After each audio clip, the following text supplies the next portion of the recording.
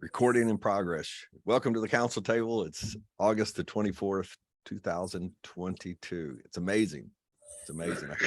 By the way, for some of you, I keep a theme running for the year, and the theme for me is Fire 2.0. So that has a lot of idea of transformation in it.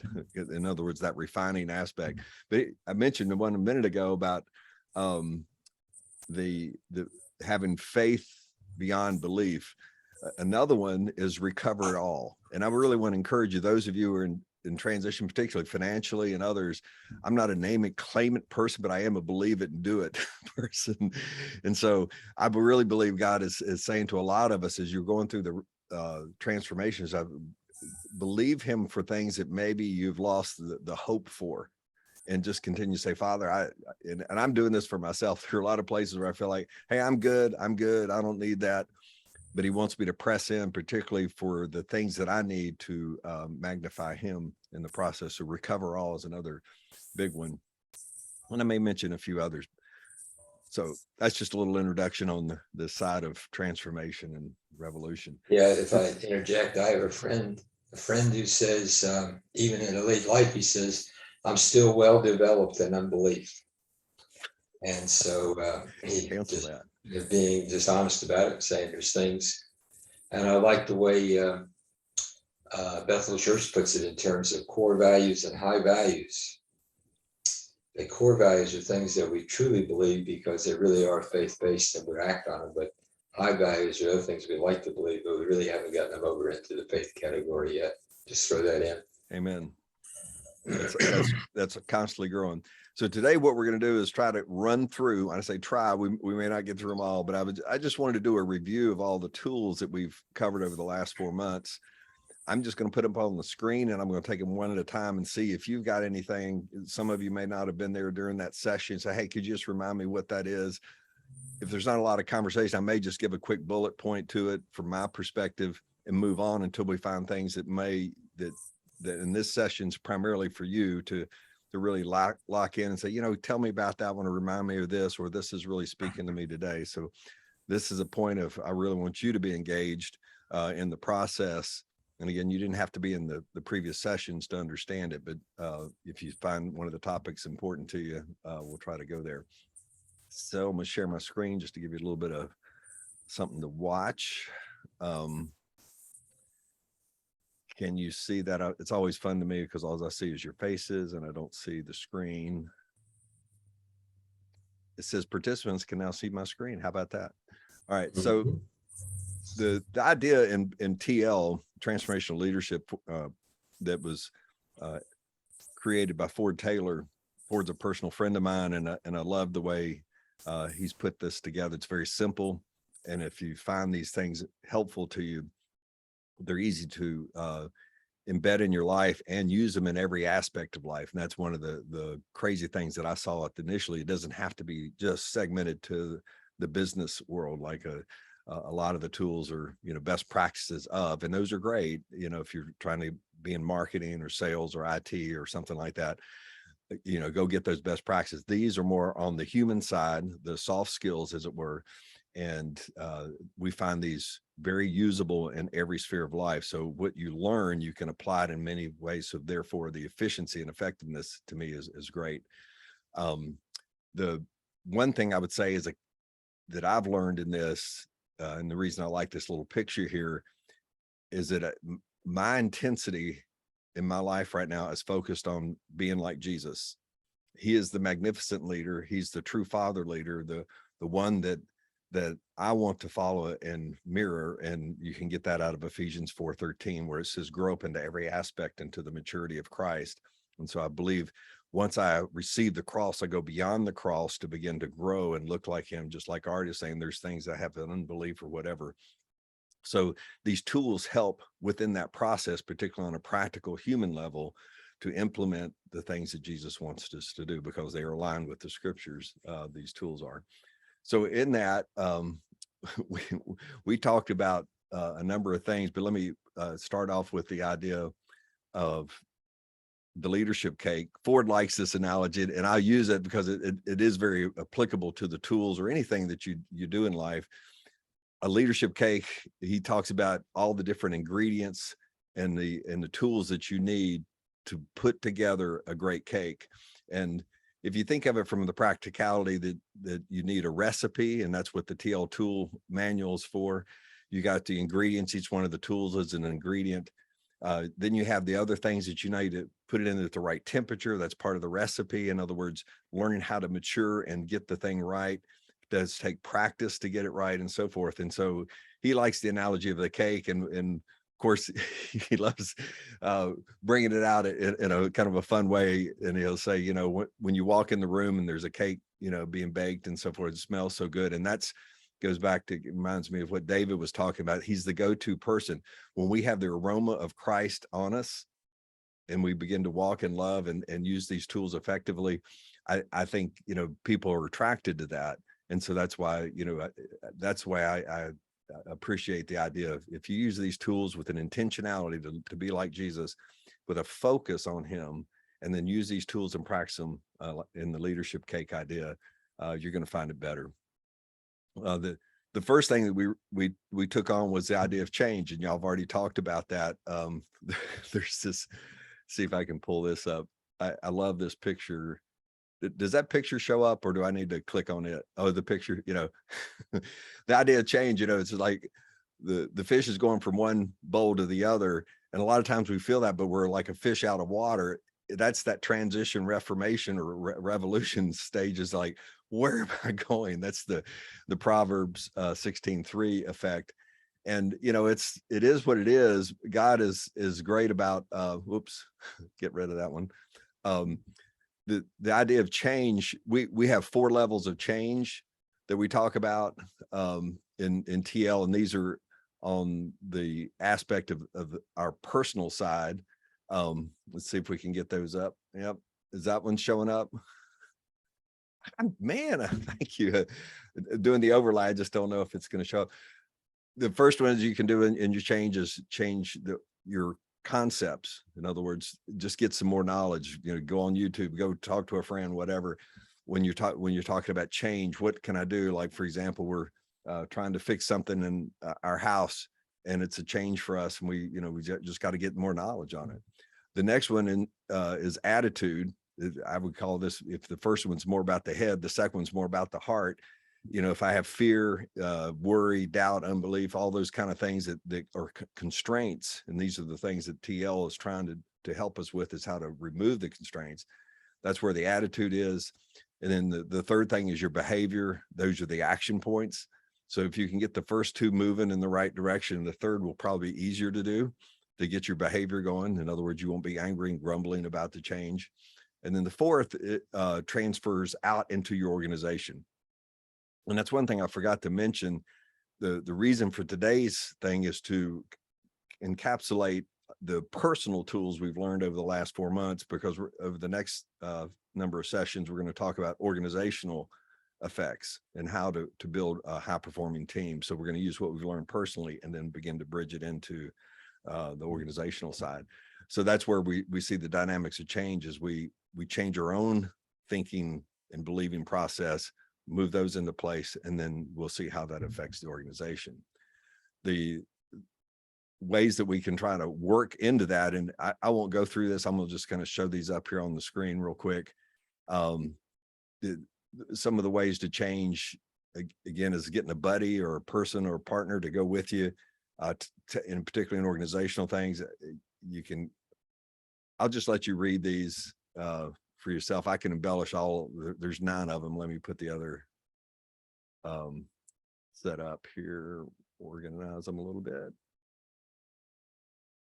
Is that showing up okay? Thanks.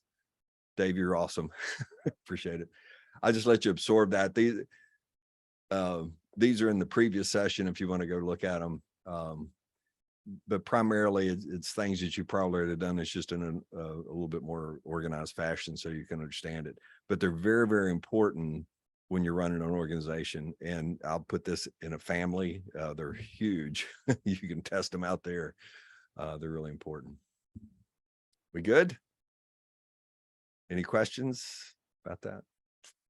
So change is it's upon us. And I'll just say, from prophetic standpoint, you know, I'm glad I'm my age that I can embrace the change we've been over the last 2 years in our country, but it's just going to continue. And so the more that we can learn how to be in the river of change without being inundated with fear and doubt and, you know, insecurity and everything else, we're going to be better off to help transform our country and bring the kingdom of God.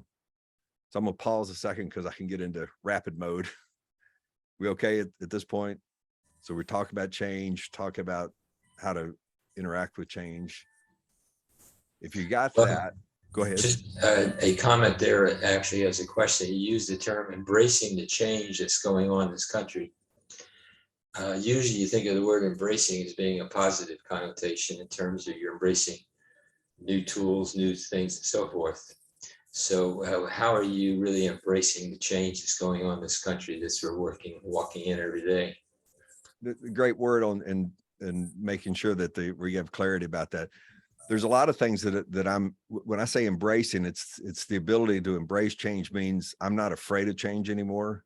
A lady came to our house yesterday and she and Ann are really good friends. Excuse me, getting a quick phone call from a doctor here. Let me, and she came and she's in her 60s and she still has trouble making a change of color in her house. And so she comes to Ann for kind of the comfort, like, is this going to be the right color? She has trouble embracing change. And for a number of reasons that you might can imagine. But the point being is that what I'm learning is I'm on offense in the sense that God has put me on this earth to bring change, to bring his kingdom.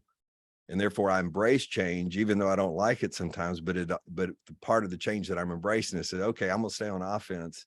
Lord, what do you want to teach me, show me, and where I'm to be a part? And so if that's helpful, it's not to be embracing the change. Like, for example, somebody sent me a video from Dutch Sheets that talks about the Title IX that's going to be changed by President Biden through an executive order that's going to mandate throughout the country. And I'll be glad to put this to you in an email if anybody wants it. But it's really going through the idea that transgender ideology is going to be the norm throughout our education system and so forth in the coming days. I embrace the change. And if you want to use embrace the challenge, I don't believe that's the correct way to go about it. But I embrace it and saying, okay, you want to talk about that? Let's talk about it. So that's what I mean by change. Does that help?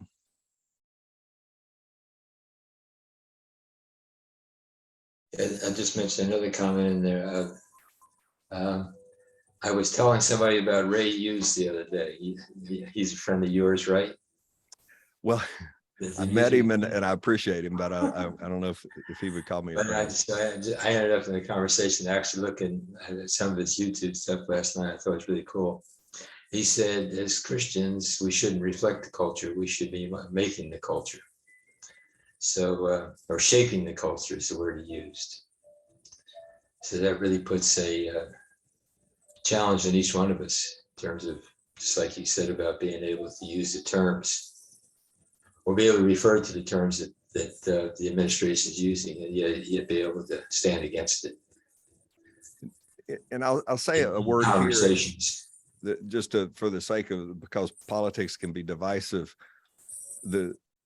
My observation of people like Daniel and Elijah or Samuel or Jesus, anybody that you want to pick, when they confronted the culture about something that was going, we'll say, in the wrong direction, that what they did, they spoke the truth in love. Now you can disagree with, say, some of them sounded a little bit mean the way they said it, but I just see Jesus did not hold back on speaking the truth.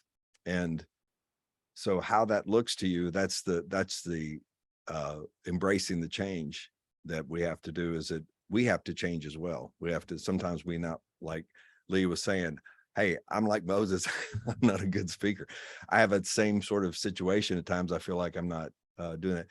But when we're called to bring the kingdom of God onto this earth and take, quote, dominion, that's one of the conflicts that people will use against us. They'll say that, you know, you Christians are trying to conquer the world and make us believe like you believe. And you say, no, that's not my job. Jesus said, no one comes to the Father unless he draws them. So it's not my job to go pull you into the kingdom. My job is just to speak the kingdom. And when we get the embrace of that we truly can love others and speak the truth in love, then one of my favorites is when Elijah said, hey, it's just not going to rain here for 3 years. It's not my problem. You're the one that created it. You got God angry. It's your problem, although he had to live through it. But that's the key here is that, you know, Jesus said, you kill this temple, it'll be raised up in 3 days. Go for it. So that's the part of embracing culture and bringing dominion. Dominion just means, are you willing to stand where God wants you to stand? Like Elijah said, the God before whom I stand, I say. And it's not, it's confrontive, but it's not competitive. If that makes sense. That's embracing change.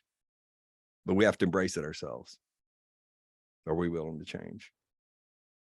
Does that help? Somebody else came up. Liberty's on. Yay. Liberty, I can't see your face. You're down below my screen here. There she is. Smiling face. All right. So we're embracing change. Everybody good? Anybody up for some bubble jumping? This is one of my favorite pictures. See that little girl? To make you smile. By the way, I'm embracing change this year. We have 3 grandkids we love, but the Lord decided to give us 3 more. So we're gonna have twins by the end of the year, and we got a little girl coming in October. So little girls are becoming really beautiful as little grandkids for us. But this little girl, see, she's embracing the change of these bubbles. In other words, she's embracing what's coming. What Ford likes is the idea of talking about bubble jumping versus staying in your box. So if the box is your conformity to your current existing sort of mode of living, and God says, I want you to get out of your box and become a bubble jumper. The idea of bubble jumping, what he likes about that is that bubbles are made out of tension, where you have air on the inside and outside, and there's this surface around the bubble. And when the force, either the pressure inside or outside, changes enough, it'll burst the bubble, and you have to, as it were, jump to the next one. And that's, to me, where a lot of people are today in this transformation revolution idea, that we're constantly having to trust God for the next bubble. Like, you know, Dave's in his new job, and it's a bubble for him, but are we willing to embrace the change? If something changes, like somebody buys out his company and now he has to move on to another one or something like that. And, you know, Art had to embrace the change after 41 years in his home and go move to another one. And it's difficult, but that's where we're trying to teach each other in this aspect of bubble jumping, or in leadership manual, how to embrace change. But then we gave you the 9 dynamics of change to help people kind of put some boundaries around it so we don't get blown out by the change. So that's the idea of bubble jumping, is to try to create that attitude of hope and faith. And that's where Christians, if we really put God in that continuum I talked about, of trust, that if we trust God, oh, you can't see me do this. I'm using my hands right now. Come back to that. When you, on the trust continuum, this is where it's really important. If I use just 50% mark as trying to get us from a negative to a positive. And when I think of change, and if I'm trusting God in that trust continuum of change, I'm willing to get out of the box and go, instead of keeping the old mindsets. And I'm saying, Lord, okay, you got something else for me to learn. And it's unnerving to me, but I have to say, I trust you in order to do that. Does that make sense? Easy, simple, but not easy. Okay. 7 side. Is that you, Pascal? Yes, it is. Oh, awesome. Welcome, brother. Welcome back. Yes, Um, thank you. Awesome. we'll get some feedback from you at the end. Where I'm just kind of in a quick mode here. Okay, it's 109. I'm gonna list out these. These were 5 tools that we talked about: affirmations, social anxiety, how to approach others, gossip, 6-step apology. Those were really good specific tools to always have in your tool belt. I can go through them real quick, but I'd like to hear if anybody remembers one of those or likes them, or you have a question about them.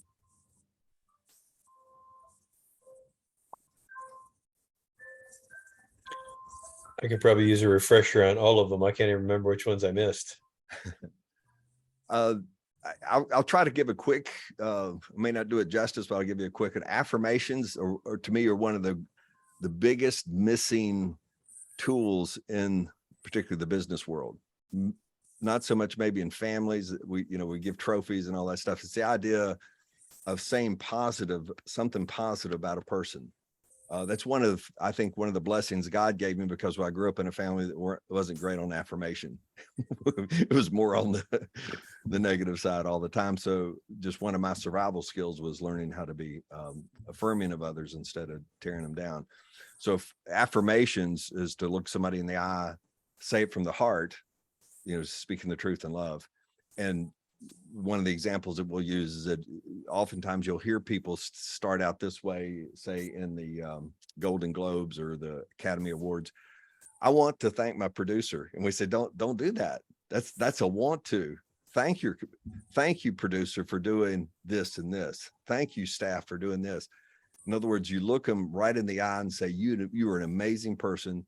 You took this challenge on this project and you took it from here to here. That's an affirmation. If you say, I want to thank you for being such a wonderful person to get the project done, it's okay, but it doesn't. Then we talk about when it's not an affirmation, when it's about you, it's when you say, you did all the things I taught you so well. I was such a great teacher for you. And you followed my advice, and see how wonderful I am. I mean, I'm exaggerating a little bit, but you'll find some people that's not an affirmation. Social anxiety, those are the things when you bump into things that you're a little afraid of, like, for example, Leah and myself and others, they say public speaking is a social anxiety thing, where it's the fear of failure coupled with the performance of what's the word? Anxiety. Well, it's the motivation to succeed. There you go. So performance, it's the fear of failure coupled with the motivation to succeed, and it tends to be enlarged when we're among our peers, because we just want to look good and we want to feel good about ourselves. So that's part of the social anxiety, and we talk about how to mitigate some of that, particularly in group settings. When you're in a team, you're in a business situation, whatever, you're going to see this coming up in organizational stuff. We call it the waddle, in the waddle model for leading meetings, how to make people feel comfortable at the start so we reduce that social anxiety. In high performing teams, particularly in athletics, you can do this in different ways of getting the team to work together, so that you want them competitive in a sense, but not taking each other out. And so how do you build that team so that they're always on mission versus trying to compete with one another? So that's part of the social anxiety area. How to approach others. This is another one. It's an interesting concept. It's sometimes hard to do in business. The idea is what we want to look at and this is where you'll see the Christian value system versus others. If you're a real bottom liner, you go to a person, some people call it the 1 minute manager. It used to be real popular, and it's true to go deal with the thing in 1 minute, get it over, move on. But how do you approach them is what we're looking for. You go in humility, realizing, hey, I could be wrong. This is what I saw, but I may be wrong. Go in pre-forgiveness. In other words, if the person you think did something wrong, just already go in to say, you know what, I forgive you for doing that. It really helps for keeping judgment out of the marketplace, and you saying, see, you've done this before. And we have a discipline model that we'll talk about in the organizational part, how to discipline employees so that they end up firing themselves. But if you go in pre-forgiveness, it'll give them the concept that you're not there to persecute them, but you want them to succeed. Go in love, which in a sense covers the other two, and then go in 100% of the truth. In other words, go with the idea that you're going to talk about the very thing you wanted to talk about, and don't just kind of mumble it down. So those are part of the how to approach others. Gossip is a killer. This is one of the hidden things within organizations that's trouble. It's been researched that somewhere between sometimes employees' time frame of 10 to 20% of their time is eaten up during the week due to gossip. And it's not just them gossiping, it's them listening to others gossip, hearing others gossip, and then going tell, hey, did you hear about blah, blah, blah, blah, without really checking the facts. And you can see this some in social media, where people get something reposted and they find out, oh, that wasn't really true. And they spend all this time doing it. So that's a little bit of the gossip thing, but in particularly in organizations, this is really key. You can train this at home. It's really helpful. I used to do this when I was running my own construction company. A subcontractor, an electrician would come and say, hey, did you know what the drywall guy did? I said, no. Did you go talk to him about it? I don't want to hear it until you tell me that you talked to him. And then they usually go, oh, okay. But what that does, they know that I'm not going to play favorites. And so that's what helpful, when you have teams, particularly if you're organizing contractors or vendors and other stuff, you don't pay attention, you just make them deal with it. 6-step apology is huge. Am I doing okay? Is this going to? I was gonna say thank you for that language, because I didn't even realize, like, when somebody does, especially as people that are in leadership. So when people do come to you and say, like, well, did you hear? And of course understanding the context, because if it's something that's, the camera's broke or whatever, like, yes, I need to hear that.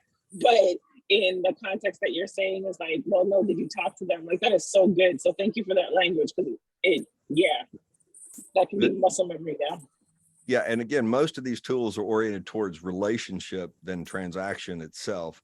But if you get the relationships on the right tracks, then the performance goes off the chart. Typically, you'll see higher performing teams.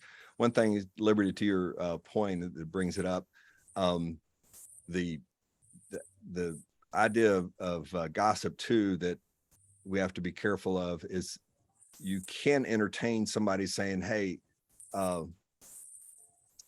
if they come to you and it seems like you may want to hear the problem, here's a question to ask yourself, and you can ask the other person, am I part of the solution or am I part of the problem? And that'll help delineate your own personal role in this. In other words, if you are a manager over somebody else and they're having a problem with one of the team members, in an indirect way, you are part of maybe the solution.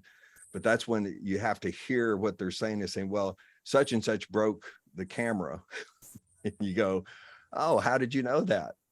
Something, in other words, get a little bit more intel. If they say, do you think that person ought to come to me? And that's where you have to kind of figure out, okay, where is my role in this?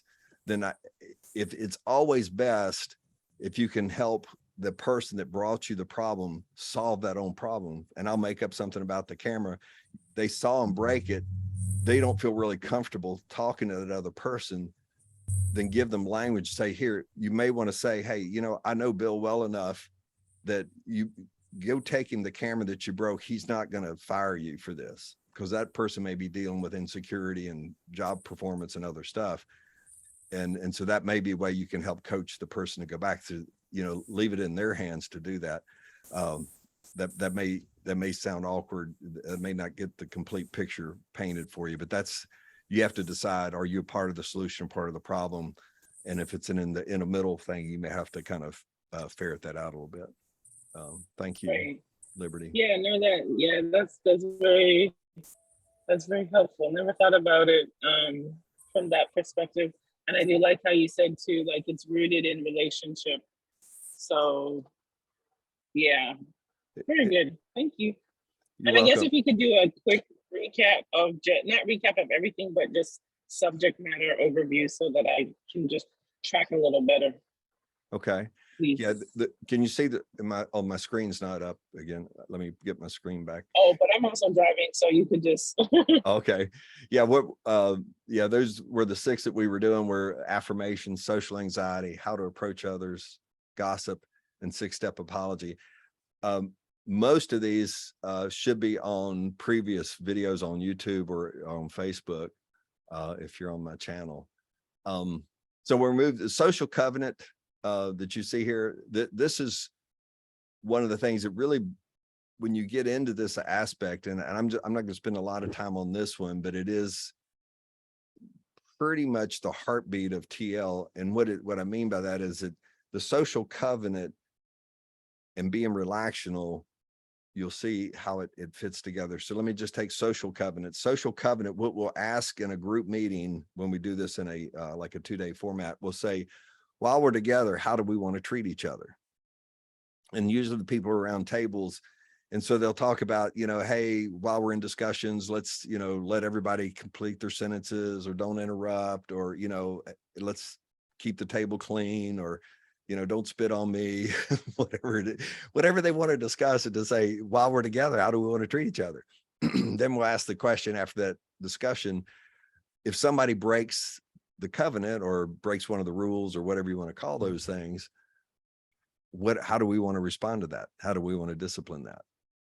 And that brings up another context. And so what that does, if you put this in organizational thought process, and particularly HR, human resource, you begin to see that this is the element of what teams and companies and so forth should be thriving around. And I say thriving, meaning if you can get people, while we're together, we want to be on the same mission and vision. We should be under the same sort of code of ethics. And so a lot of those things, as we say in parenting, sometimes they're caught more than taught, but you do need to be very clear about your objectives. And so that's part of the thing with TL, is to help people get a better vision, mission statement for their company and for themselves, so that people really know where you stand and where you're going. So that's part of the social covenant. And that's why we call it a covenant, and social, meaning it's more relational dynamic. I call this the glue for HR. HR needs to have its own parameters and discussions around, what's acceptable within their company. But if we can get the glue of relationship strong enough within that, then HR's job is much, much easier. And again, I'm using business terminology at that point, but you can apply this directly to the family. And just like, hey, at Christmas, while we're all together, how do we want to, be together and so forth? We're getting ready to go to the beach. We're talking the same thing. Hey, we're going to have so many rooms, blah, blah, blah. It's just open communication. The relational part is when we take relationship. Let me get my hands going here. I'll come off the screen. Just easier the continuum you want to think about is, we'll have transaction on this end and relationship on the other. That's a human being right there. Number of people might be more transactional. Transactional people, maybe you would put in the military. Some people are relational driven, but when they're in the military, it's not how nice you are, it's what you can get done on the field. Relational people, they love doing relationship first. You'll find those typically in sales and so forth. In other words, they're very customer oriented and so forth. Both of those are needed. The question is, can they get along, particularly when they're on teams? And that's what we call relational. If you can get to the blended middle of being both relational and transactional, that's what we're looking for in transformational leadership, because we need both of those people. And so a lot of times we'll ask the question in a TL setting with a number of people, all kinds of races, in the 2 genders, my terminology in the room, will say, who are transactional people? And if you're married, is your spouse transactional, relational? And usually both hands go up. In other words, the other spouse is relational and one's transactional. And that's why, we'll say, how's that working for you? And that's why we think TL is real important. It will get the mindset right to say, we need to work together. And how do we do that? Social covenant will be one of those aspects of while we're together. And that's when you see, when we come up with the Waddle model, probably in next session, maybe the section after that, how to run a meeting, you'll see that the start, what we want to do is get the transactional relational information going at the very start so that our team meeting is effective through the rest of the meeting. Thoughts, questions?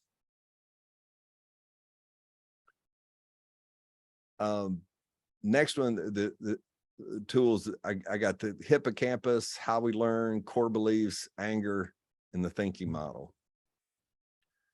I'm going to just do the thinking model real quick.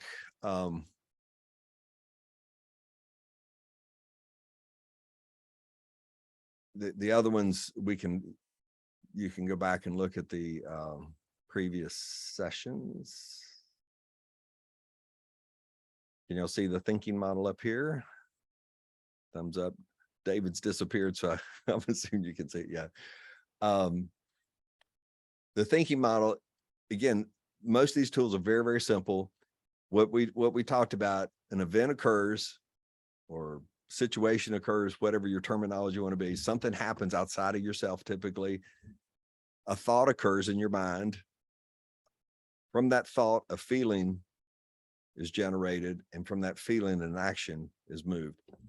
In my case, I use the idea to make it kind of fun and simple. When I was a 7-year-old, an event occurred. The event was this: the wiffle ball went from the batter back into some ivy behind the batter. I went to retrieve the ball.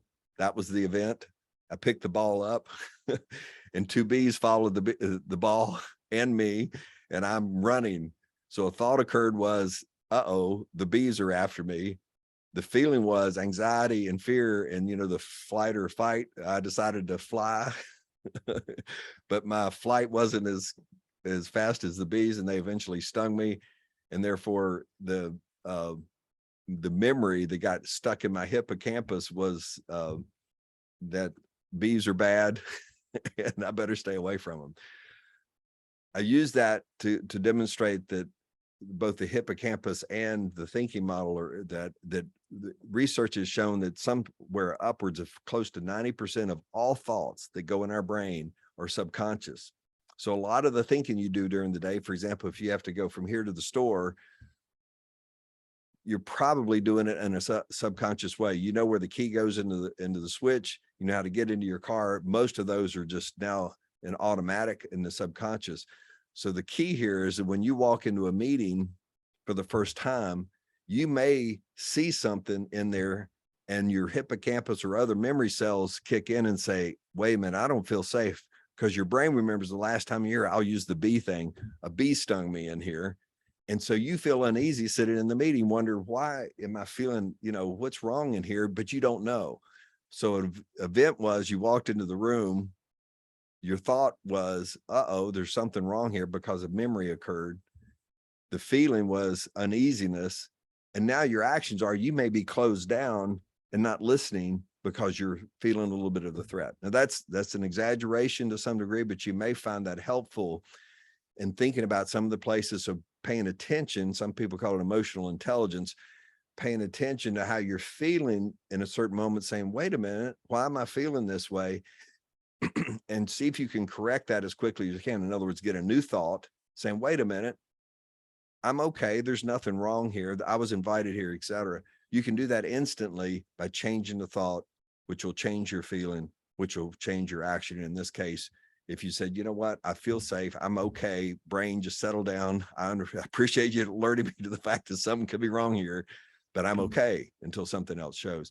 And that's how most of us can rock and roll, but learning to identify that quickly. That's why we call it the thinking model, that it starts in the brain. It is through the perceptions. And a lot of times it's triggered from previous emotion emotions, yes, but memories that are in your brain. There's a lot to talk about here, but I picked this one up just because it flows, as it were, subconsciously throughout all of TL, that we're always trying to take that. And there's something that the Lord is teaching me, and I think this is where we need to embrace the change that's coming with a kingdom mindset, and that is beginning to ask the Lord more and more, Lord, how do you want me to think about this? I think in one of the next session, it talks about first impressions. How can I meet somebody for the first time, instead of letting that TFA, the thought, feeling, action come into place, let the Lord intercept my thought at the very, Lord, would you show me how you see that person? You create the thought in my mind about that person. And then that feeling will come out of that saying, oh, okay, I heard from the Lord about this. And my actions will probably be to love that person with God's love. That's how I'm learning to intercept all of this from a natural standpoint with the divine in a very synchronistic way. Does that make sense? I'm looking at Liberty because she's always smiling at me with her picture. So any thoughts about that? Did that make any sense? Did make sense. I was just going to jump in because the enemy wants us to think, right? And like, I know what you said earlier, assume thoughts about someone else that isn't really there. And I've been taught that we cannot afford to have a thought about someone that the Lord doesn't have. Like, it costs us something to think about our employees or our spouse or our kids that the Lord doesn't think about. It will cost you something. And if you agree with that, like you just explained, the action will follow. Why do I always respond this way? Okay, well, what lie am I believing, or what belief am I believing about that person that isn't really there, or that you feel is real because it has happened to you, but it's really not from the Lord. So anyway, I love this. I'm like, this is kind of what I do for a living. We get to unpack things that the lies the enemy has given to us or that we believe because of situations, and take them to the Lord and ask him what is true. Very good. Other thoughts, Yeah, feelings? that was really good. Really getting all this language too, because instantly as you were speaking, I heard, taking every thought captive. So by going to the Lord first and saying, okay, Lord, how should I think about this? Excuse me. Then we're inviting him into those, creating whatever thought patterns, like, so we don't even have to go and unplug anything. Like, if we've invited him to show us how to think about it, the new ground or pathways or neurons or however that works, that they're going to be holy because he's paving that way for us in our minds mentally. Good word. Okay, it's at 1:30. I can pull the plug here, or if you want, I've got 2 more little bullet points. If you want me to continue on with that, if you've got time, is that okay? And I'm gonna narrow those down even more, and put a little bit what I'm gonna say in the. Well, I'll just get there. Let me share my screen again. So we're down at, again, I kind of covered the hippocampus and all that with, again, you can go on Facebook, it's posted there, or my YouTube channel. YouTube channel is under New Gates, by the way. It may show Bill Blaine, New Gates, something like that. This next one is called self-identity T-charts. We talked, there's a lot to this. It's a self-evaluation, personal feedback. I'm gonna just let you go there, or you can call me later about this. But what I will say, to give it an important topic to really pray about for your own life, the Lord is really challenging our culture right now about identity. I've shared this some way from a timeline perspective. If we talked about in the 1800s, the start of the Industrial Revolution, if you want to kind of use a time period where a country or the world was going through, we were going through the Industrial Revolution. In other words, mechanization of things, where we're getting assembly lines and so forth, and it changed the world, how things were going on. And you can put your own aspects of history into this, but take that, the Industrial Revolution, we eventually got to a place that I'll call it the information age or information revolution, when the internet came on. You could even use the telephone invention and electricity as a part of that. So the information revolution was a lot of last century. And I think somewhere around, I would say the the start of this century, the identity revolution has come. And I think it's a very positive thing from a Christian standpoint, that I think the Lord is really challenging us to say, who are we really in Jesus? Most of my lifetime in last century was spent in churches, and some people call it, just being in a religion where you learn to go on Sundays, read your Bible and pray. And that was pretty much it. There wasn't relationship driven. It seems like a lot of that has been broken off, and a lot of people are dissatisfied with church, we'll say, and it's forcing people to say, do I really believe that there is a God and that he loves me? And it's really boiling it down to us personally. And so I would just say that some of the identifying prophetic marks to that are, starting about 10 years ago, when the internet really started taking off, that this is my way of kind of looking at culture sometimes, the identity theft was on the rise. I think they were saying upwards of $40 billion has been stolen in like the last 5 years through identity theft. And so just the word that somebody's trying to steal your identity, I think Satan loves to do that. He loves to kill, steal, and destroy. So that's one of my prophetic markers that says, hey, we're in an identity revolution. Satan wants to steal your identity. He doesn't want you to believe what God believes about you. And then in the last, particularly, 8 to 10 years, about the transgender thing and all the idea of sexual revolution and sexual identity is really accentuating, what do we really believe about this? And I just think that it's time for us to embrace God, who did you make me to be? And it's really coming down, is there a God of creation? So instead of going through these T-charts and all that, you can go back and look at what we talk about that from a practical level. But I just want to encourage you, it's very, very important that you find your true identity in Jesus. And I have a course related to that. I need to put it on in a formal course so I can put it online. But let me just highlight that I think it's very, very important for every day that we grow more into the identity of Jesus Christ in us.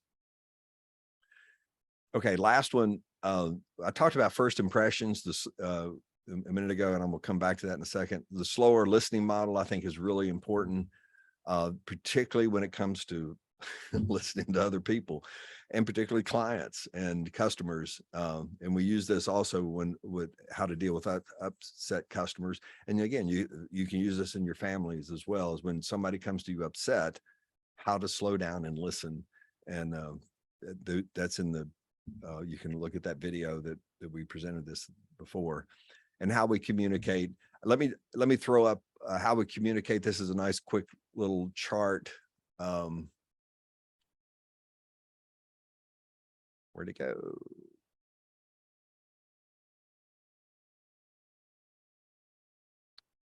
Well, it's not jumping off the screen at me. Let me just put it this way. The way that we communicate, it's in three different concepts, or not three concepts, three parts of our communication. If we, just like me talking today right now on Zoom, there's three parts to my communication to you. One is tone of voice. When I'm speaking right now, if I was just loud and brazen, that's one way. My body language and the very words that I'm saying. Here's how it breaks down into three components. If three components add to 100%, my words are 7%. The tone of voice is 38%, and my body language is 55%. And so I've used examples about this before in my own life. I'll use the one it's taught me so much as a husband.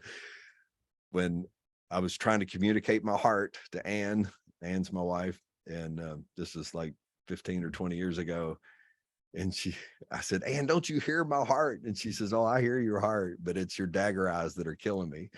So 55% of my conversation was coming through my eyes of intensity. She saw anger, and, and in my frustration, as I get sometimes in a communication, I'll tend to over exaggerate, or, meaning I'll overuse words and so forth. And so it just taught me a lesson that no matter what I said to her, whether how accurate my words were, that my tone of voice and particularly my body language overrode everything else I was trying to say. So that's very, very important when it comes to how we communicate. Let me go back to the first impressions, because this incorporates, again, the where you can use God's Holy Spirit to help you. I do this sometimes within the council tables. I do this a lot of practical when I'm with people and I say, hey, let's practice this when we go to meet this person. And so what I'll often do is I go to a meeting where like at lunch or something, and somebody's invited me to lunch that I've never met. I'll say, Lord, how do you see this person? How do you want me to treat this person? And I'll get intel from them or from God about them. I'll share one that happened to me, really kind of blew me away, how accurate it was and how connected it was. It became my business card that I started using from then on. And again, I'm not trying to get your sales up or marketing better or whatever, but it will influence and impact people more than you know. This one guy, he was referred to me when I first got into this leadership training. He's well known here in the Atlanta market, particularly. He had run 2 major ministries, national ministries. And when I got into this leadership, this guy said, hey, you need to meet with him. He could probably help you understand a little bit more, how you could navigate the Atlanta market and so forth. So I went to meet this person and I asked the Lord, what do you see? What do you want me to know about this person? And he gave me a few things, but there was one word he gave me. He says, share this word with him. So when and I'll share it here just to, because you won't know who this person is, but, and it was a long time ago, that the word was sabbatical. And so I'm talking to this guy about halfway through. I said, hey, can I just share something with you? I was praying for you this morning. And the Lord gave me this word called sabbatical. Does that mean anything to you? And he just kind of sat back in his seat and went, wow. He said, and he's the kind of guy that doesn't necessarily talk about hearing the Lord. He didn't come from that background and so forth. So I knew it was a little bit edgy. Somebody actually told me, Bill, don't talk about prophetic stuff. So I was trying to kind of just put it out there as like another part of the meal. And he said, Bill, that word is as powerful as when I got the word to take this ministry that I'm in now. And it was a new position he took over as president of the organization.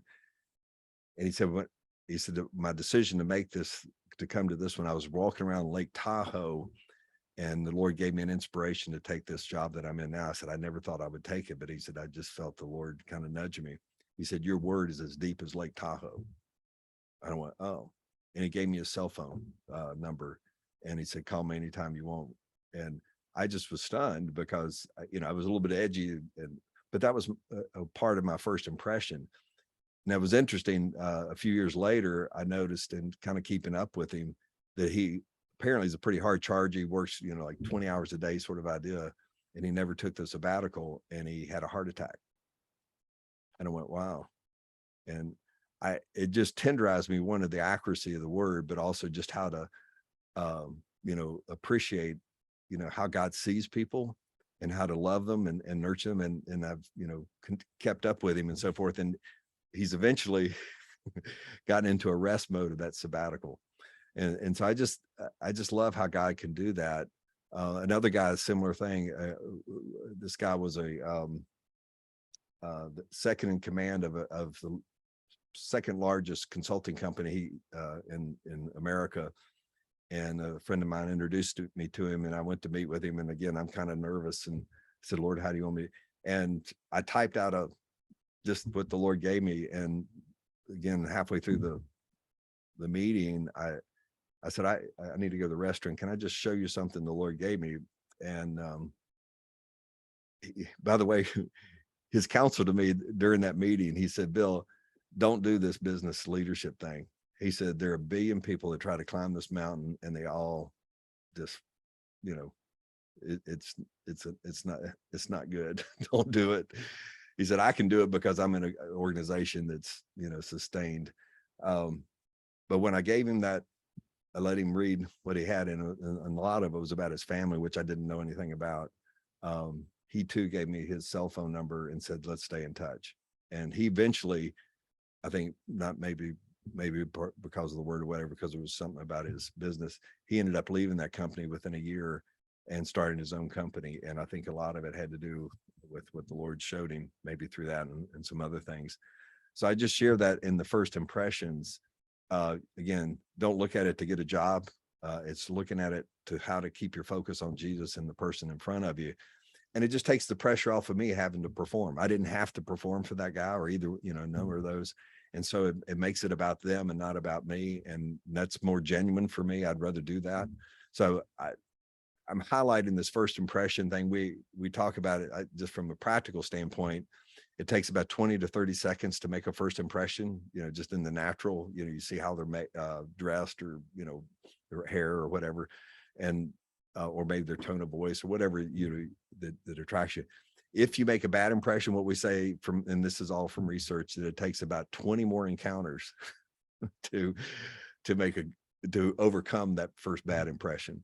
Now that's overwhelming. And that's where we talk about, the 6-step apology and some other ways to kind of mitigate that, and just being honest, that you can mitigate the first impression if it was bad. The more that I just try to go with the Jesus model of Lord, how do you see them? How do I just show up and try to love them well? It doesn't necessarily make you the most wealthy person in the world, but I think from a continuity standpoint, that the profile that I get when people say, what do you think of Bill or whatever, I think at a minimum they'll say, well, he's honest or he's an honorable or whatever person. So I try to keep that as a high mark. So any thoughts, comments? Really appreciate you sharing those questions.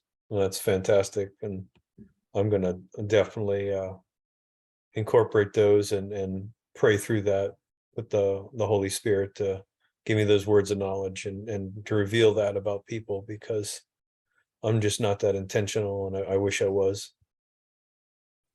Well, I appreciate it, David. It is hard, but and I don't know why God's made it so hard. And he loves faith. And just to get impressions and things is I don't see angels, like some people say, oh, I saw this angel and he told me this, and it's easier to communicate if you see a big angel there or some manifestation, it's easier. But when you rock and roll just on, kind of felt this and blah, blah, blah. And that's why I'm not trying to say this about me, but it's just to say I'm there too. I never know if it's going to hit the mark or not. And I've learned to just be comfortable. That's my encouragement here is just to, definitely practice it in safe environments, and don't even have to tell them what you're thinking. Just say, hey, like the other day I was at a lunch and the waitress came over and I was with one of the leaders here in Atlanta. And I just asked this lady, I just got the impression that she was a school teacher. And this was the middle of the day, so she wouldn't be at school. She should be at school. She's a school teacher. And she said, yeah, a matter of fact, I love teaching and it's just my life. And today I just happened to be off, this is one of my days off. And anyway, it opened up a whole conversation with her about Jesus. I said, I just really think Jesus loves you and he really appreciates you and he gave you the talents to do it. I just was going to leave it at that. If she just said, what, teaching? I had the worst teachers ever. And just let it roll and say, okay, I missed it. Sorry. Other thoughts? Art Druckenmiller?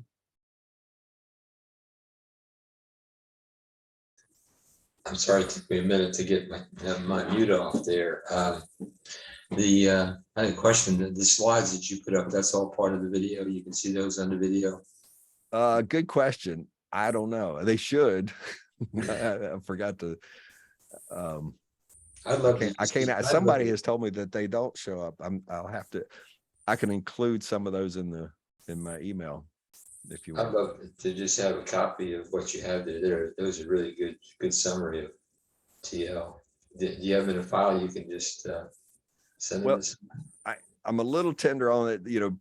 These do come from the manual, and Okay. that you got to observe the so to give the right. full bang. They don't make sense if you just look at them by themselves without some facilitation. But yeah, well, let me make an encouragement on this side. I am working through to put together somewhere this fall like a 8 or 9 session that is a little more of a deeper dive into the TL tools. If y'all want to be a part of that, I am going to ask that you pay to be a part of that one. I have ways I'm trying to work. I don't want anybody to be left out. That you'll get a manual and you'll get all that stuff with it, and it'll also include some other leadership things. But that might be one way to do it. Another question for you, putting you on the spot. Have you yourself led a company through TTL? Not well, personally, no, not. I've been a part of 4 or 5 trainings where we've done it. Well, you as a can accept team. this just as for me, if it may be yes, but I think it's prophetic. I think you're about to be in a company somewhere. You're going to lead the senior management through the TL program. I appreciate that. And I think that's part of God's plan. I'm a slow learner, so he's had to take a little bit of time to do it.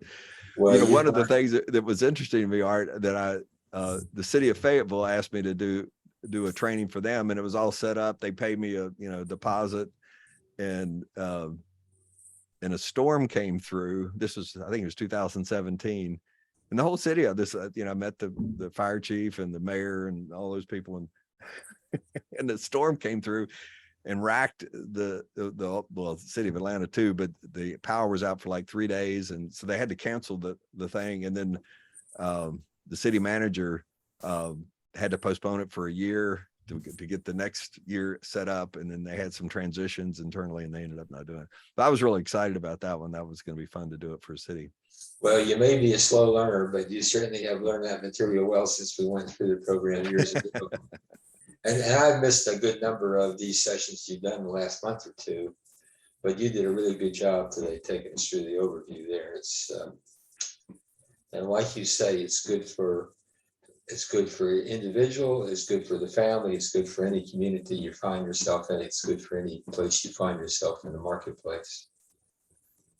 Well, I appreciate it. The hard part for anybody here that's done a course or whatever, it's how to, just like David, it's like, I was thinking that, how do you keep, there's certain routines, they talk about developing habits. I was thinking, we just revamped our closet. Now I had my habits of what I do to go in the closet. I'll just say there's 10 steps, go in, do this, do that, and my subconscious now takes over, and I just go in and get it done, and I'm out of there. Now I've got a new closet, so I've got to learn all these new things. Well, I thought, how I went to the dentist. The dentist has about 3 or 4 things she wants me to do every day.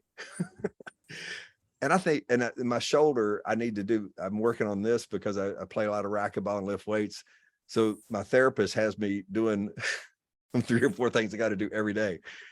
Each one of us have tons of stuff. And this is part, I think, the challenge for any leader is, what are the essentials I need to do today? So the thing I like about TL is they're practical enough, they're simple enough that if you start using them just little bits here and there, that's the key, because they're powerful. Once you get a hold of them, then you can embellish it the way you want to. Just like this thing on first impressions, Ford will probably never teach it the way I do, or I am overlaying it. And I'll just say Ford has taught the important part of just about the natural first impression. Go with, don't go with in a sweaty body and show up in in an unkempt manner. If you want to make a good impression, it's just normal, natural things. Some people need to hear that. I tend to want to move into the spiritual realm and bridge the spiritual in with the physical, because that's part of what I feel like my mandate is as a true father leader, is how do we make it so natural supernaturally? Is that, or maybe natural supernaturally, or supernatural? When I asked, make it both together. When I asked that's the way about embrace change, I couldn't get my mute off when you said how to do it. I thought you did a really good job on explaining that. And just what you just talked about your closet. We downsized to come in this place, went from around 4,000 square feet down to a beautiful 2,000 foot, 1 floor. But it's amazing how many things that we deal with were left hand before right hand now, in terms of even where we sit when we're together, and how you move back to the kitchen. Just really incredible how we have all those things, and embracing change at any level, physically or emotionally, is really tough. You just got to make up your mind. Trust the Lord to help you embrace change. Amen. By the way, Art, great affirmation. What you just heard Art say was an affirmation. He didn't say, I want to thank you, Bill. He didn't. He went right to it and told me what I needed to hear in a very nice manner. So thank you, Art. I received that. You're welcome. All right. I'm going to close this out here, at least for the recording session. And I'll send you an email to connect us all. Before we move into prayer, though, I want to hear from Pascal. Let me turn the recording off, Pascal, and then we hear from you and your friend. And then we'll move into prayer. Where is my little turn off thing? Yeah, I'm coming up on 2 o'clock. I'm to jump off today, Bill. Okay. Oh, there it is.